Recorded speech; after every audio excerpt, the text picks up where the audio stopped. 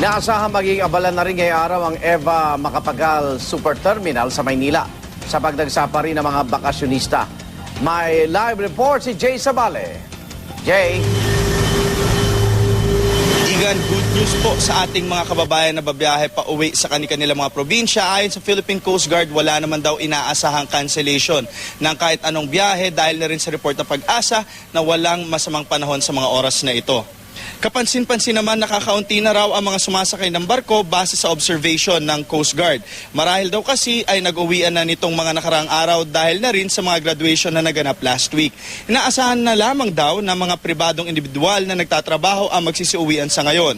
Meron 2 barkong babiyahe sa araw na ito sa South Harbor. Ang barkong St. Anthony the Great ay nakatakdang umalis ng 7:30 ng gabi papuntang Cebu, tapos papuntang Cagayan de Oro at muling babalik ng Cebu. Sa North Harbor naman, ang barkong St. Thomas Aquinas ay aalis ng 10:30 ng mamayang gabi papuntang Iloilo tapos pupunta ng Bacolod. Paalala sa mga kababayang maglalayag, para di maabala, bawal po magsakay sa barko ng anumang uri ng patalim o matutulis na bagay. Bawal po ang kahit anong uri ng kemikal at pinagbabawal na gamot. Bawal magsakay ng paputok, kargamento, halaman, hayop o baril nang walang kaukulang papeles. At kanina nga, meron tayong ilang pasero na kausap. Ang iba rito ay ngayon pa lang nagpunta na para hindi raw sila matraffic at meron namang kahapon pa naririto.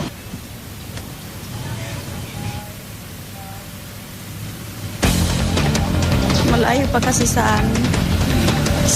Kung mamaya pa kami papunta dito, masyadong traffic na. Hindi kami nakabili ng ticket kahapon.